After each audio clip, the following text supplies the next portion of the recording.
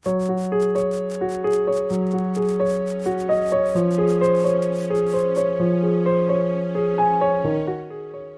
հետ ծանոթացել ենք, երբ որ ֆինանսների նախարարությունում ենք աշխատում, կարելի ասել են դեպքն է, որ ես երևի թե ինքս եմ իմ երջանկությունը գտել։ Այն ժամանակ նախարարը IT ոլորտի համակարգողին հանձնարարել էր գտնել Սիրոժին ու այդ մարդը փնտրում էր երկար ժամանակ, չէր կարողանում գտնել, մի օր զանգեց, ասեց, թե քանի որ դու ամեն ինչ կարողանում ես անես, մի հատ տղա կա, չեմ կարողանում գտնեմ, օգնի, ասեց, ինչ անունը, ասեց, Սերգեյ անունը, ինչ մասնագետ է, ասեց, տեղեկատվական անվտանգության մասնագետ է, ասեց, որտեղ աշխատում, ասեց, չգիտեմ, ասեց, ազգանունը, ասեց, չգիտեմ, ասեցի, բա ինչ գիտես, ասեց, ուրիշ ոչ մի բան չգիտեմ, ասեցի, լավ, փորձեմ գտնեմ։ Իհարկե չեմ կարող բացատրեմ հիմա դա ոնց եմ արել, բայց իսկապես 5 րոպեվա ընթացքում գտել եմ։ 5 րոպե հետո զանգեցի, հեռախոսի համարը տվեցի, ասեցի, հեսա քո փնտրած տղան է։ Հետո երբ որ իրենք իրար հետ արդեն հանդիպել էին, խոսել էին, այդ հանդիպումից հետո միանգամից բարձրացան իմ աշխատասենյակ, ասեց, հեսա այս տղան է, որ գտել ես։ Այդպես մեկ ծանոթացան, կարելի ասել առաջին հանդիպումը հենց այդտեղ է եղել։ Հետաքրքիրը նա է, որ մեր կյանքի տարբեր դրվագներում կարող էր այնպես լինել, որ մենք հանդիպեինք, մենք նույն տարիներին նույն համալսարանում ենք սովորել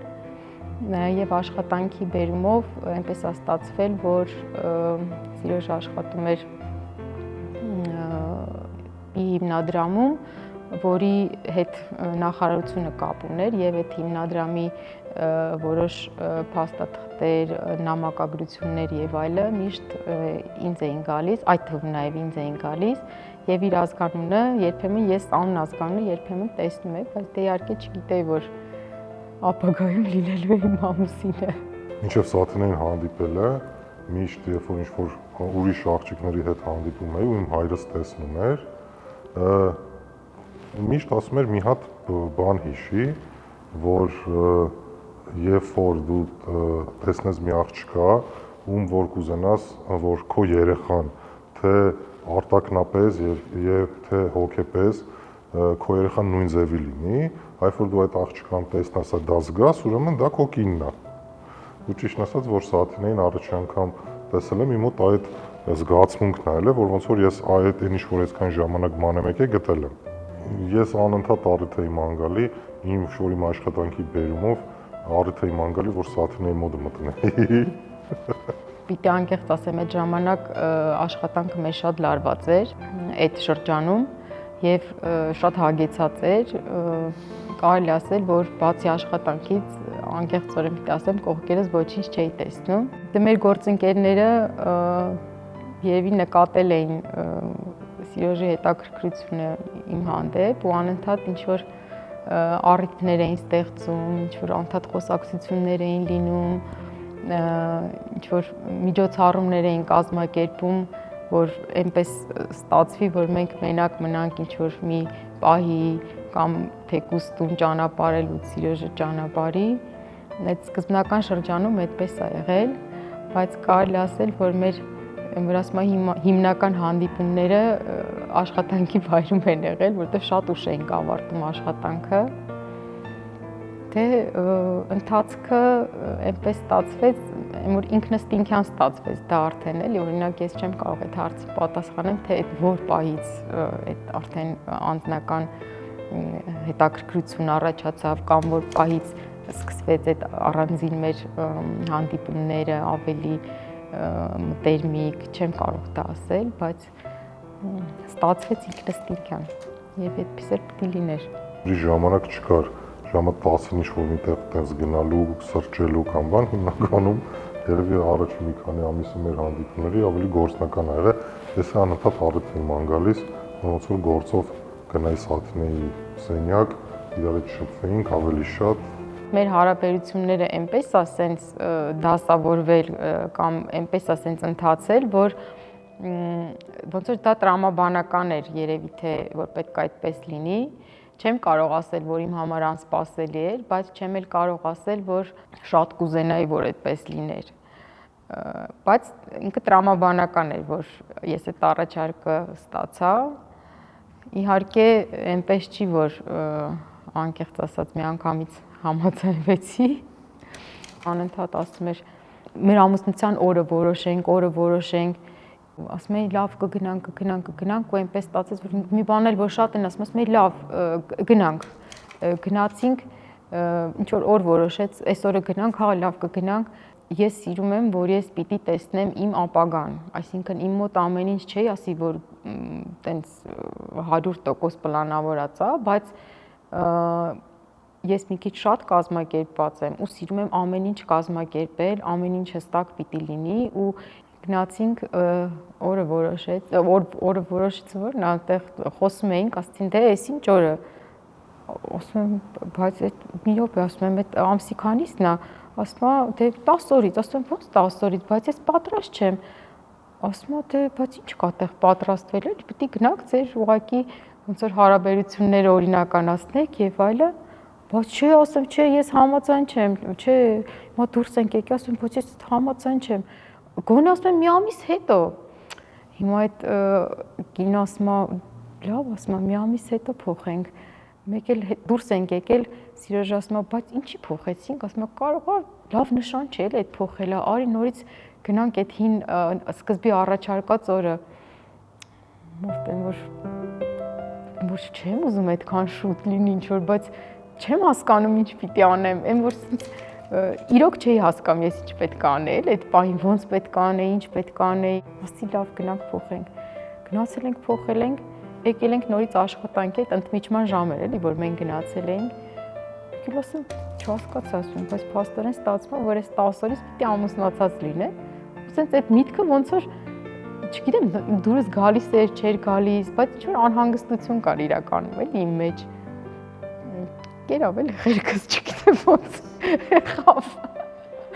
համոզեց։